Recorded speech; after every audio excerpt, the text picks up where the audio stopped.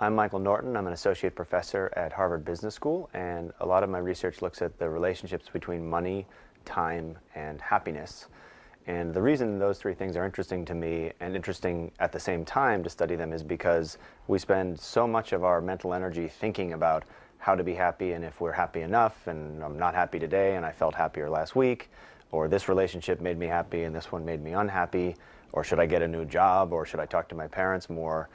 But we don't know a lot about how to make ourselves happy. We have some theories about it, but we're not really that good always at figuring out what the best way is to feel happier today and tomorrow and next year. And one of the key resources we have for making ourselves happier is our money, and another key resource is our time. So these are the two things that we have some of, and we can spend them in different ways. And our research looks at what are the best ways to spend those two things, to spend your money and to spend your time to make yourself a happier person. And the problem with both of those is we're not good at knowing how to spend them, and they mess us up along the way, and we become less happy instead of more happy when we use these resources. So let's start with money. So there's a lot of problems with money. The first one is we think that money is going to make us a lot happier than it actually does. So it turns out that when you make some income, you do get a little bit happier if you go from being poor to being sort of middle class. But after that, it actually really starts to taper off. So it's not that more money is bad for you, it just doesn't keep making you happier in the way you want it to. And yet we keep trying to make more and more of it. We keep trying to get a better job and make more money. And we're just wrong in terms of how happy it's really going to make us. And the other problem with money is, separate from this problem, which is just it wears off, is that money actually makes us really selfish. So when we get money, the first thing that we think is, what can I do for myself with this money? So if you thought about if you won the lottery today and I said, what do you want to buy with the money you won? I bet the first thing you would think is, what kind of a house and what kind of a car and what kind of everything can I get for me? And that means that you're sort of using your money for things that are self-focused and inwardly focused.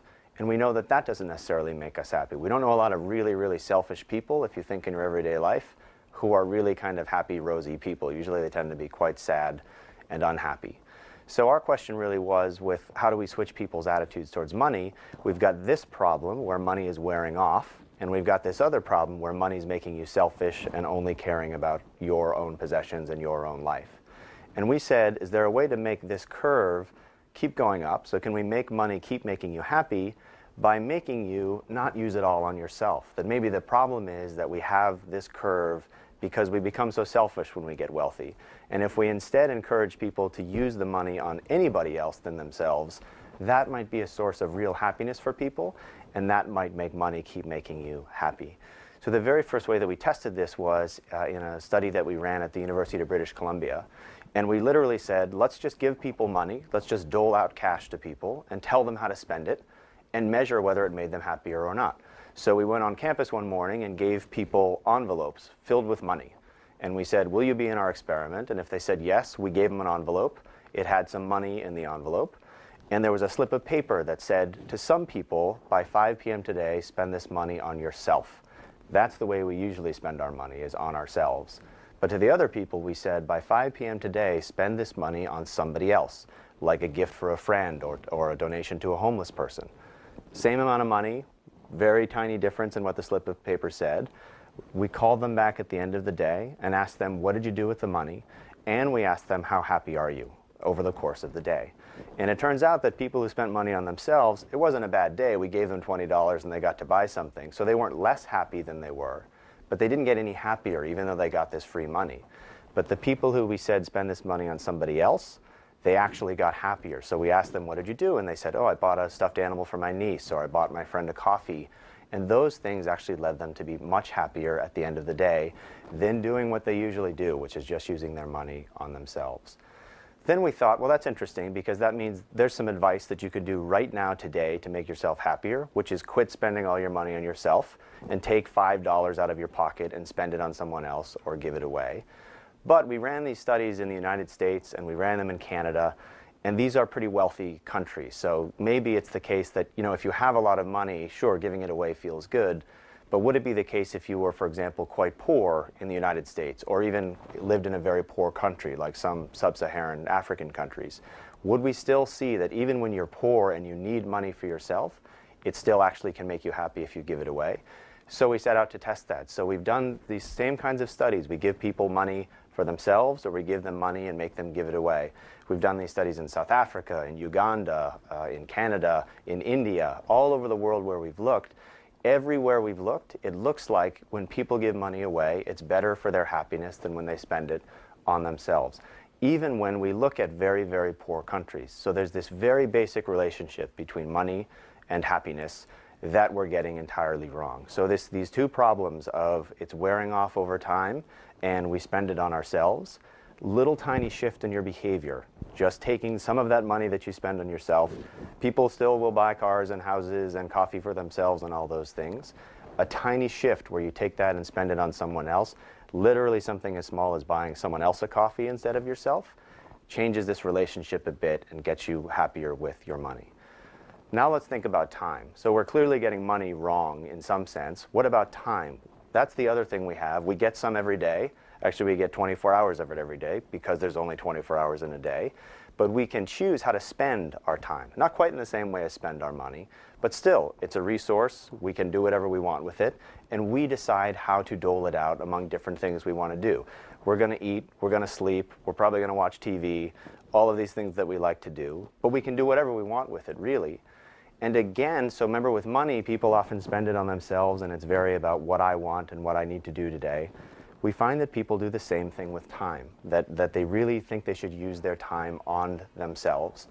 Everyone reports being stressed about time. Everyone says this phrase, a time famine. Literally, people feel as though they're starved for time and if they only had more time, they'd be happier. And the way that they try to deal with that feeling is to spend time on themselves. So they do things like get massages. Massages are great. We all love massages. But just like buying yourself a coffee is nice, but it doesn't make you happier, getting yourself a massage is really, really nice, but it doesn't really change your perception of your time all that much.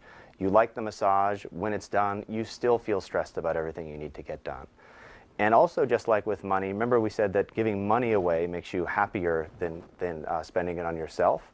It turns out that giving time away actually makes you feel that you have more time than spending time on yourself. The way that we do these studies to try to show this is imagine again one day I send you an email and say, by 5 o'clock today I want you to spend some time on yourself. And people do things like get massages and get a haircut and all sorts of things. Other people, again, we say by 5 p.m. today spend some time on somebody else. Then we ask these people, how do you feel about your time? Are you stressed about your time? Do you still feel like you have a time famine?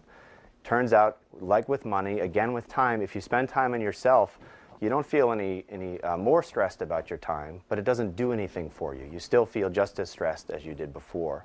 But people who spend time on other people, they help someone with their homework, or they go volunteer at a soup kitchen. People do all kinds of things to help other people. That actually makes them feel as though they have more time in their day. And at first glance, it doesn't make a lot of sense. So you'd think, if I don't have enough time for myself, how can spending some of it on anybody else make me feel better? Because then I'm even busier than I was before. But it turns out that when we give to other people, it signals to us that we have a lot of whatever we're giving away. So if I have enough money to dole out to people, or if I have enough time in my life where I can give it away, it means that I actually must have a lot of time. And that signal to us makes us feel better about our time. And in fact, we can show that when people give time away, they actually become more willing to do more things in the future because now they feel much better about the stress that they had about their time. So money, happiness, and time. We all want to be very, very happy. And we have these two key resources that we can spend every day and over the course of our lives, our money and our time. The way we usually spend them, not horrible. We're not totally wrong in what we do, but we're not spending them optimally to make ourselves the happiest, which is one of our biggest goals in life, is to be happy. What you can do instead is anytime you have some free time and you're thinking, let me spend it on myself, give it away. Call a friend, help somebody, sign up to volunteer, any of these activities that are other focused instead of all about yourself. Same thing with money. Anytime you get some money, and many of us have enough money to at least give some money to charity and things like that, your impulse will be, oh, I have some money, let me spend it on myself. Again, the research says giving it away, much, much better for your happiness than using it on yourself. So thinking about those three together, if you want to get happier literally today, many of the things you think are the right thing to do are the wrong thing to do, and you can think about all the other things you can do instead that will increase your happiness over time.